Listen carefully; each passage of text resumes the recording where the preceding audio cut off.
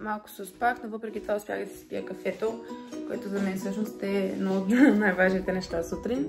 Да имам едно свое време, в което да си спия кафето и да ми е добре и така нататък. И някак си съм събрала 3 торби буклук, които трябва да отнеса заедно с куфара ми. И чантите ми. Ай, не знам. Нямам си на идея как да се случи това. Тръгваме. Докопица.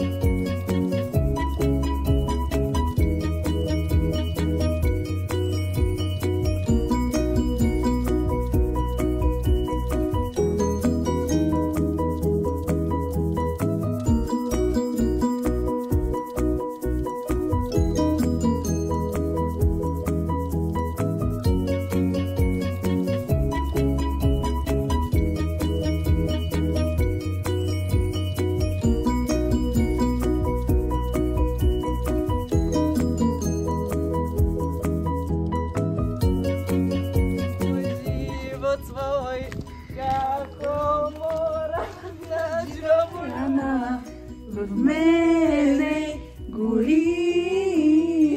Добро утро. Сега малко разяснение къде сме и защо сме. Една от моите приятелки има рожден ден и дойде напълно непредвидено. Отидем на Кърцио. Те се бяха взели с това да запазят места и мястото. И сега и двете спят, защото вчера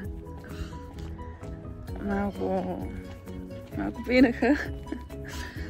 Аз не пия и съм окей, затова съм ги оставила да спят. И аз отивам да си взема едно кафе.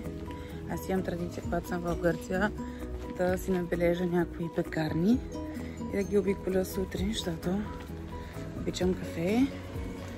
И без кафе изглеждам ето така, както ме виждате в момента. Така че сега ще ви разхождам с мен. Събудиха си двете с въпроса: къде си? Къде си? Къде отпуш? Къде? Защо си тук? Затова аз реших да ги посрещна с кафе. И сега се връщам. Взех си моя 1 час почивка, без хора, без никой да ми говори. И сега вече съм в настроение.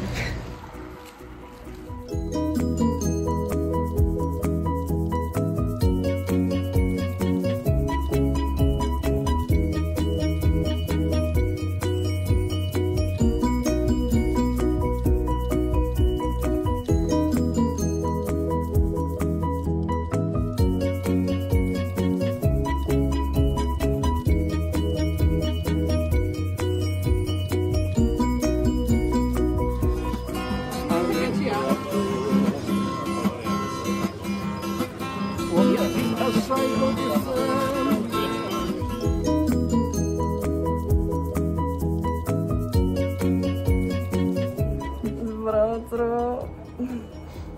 Не сме се наспали, аз поне. Крис се наспа. Сега ще си тръгваме.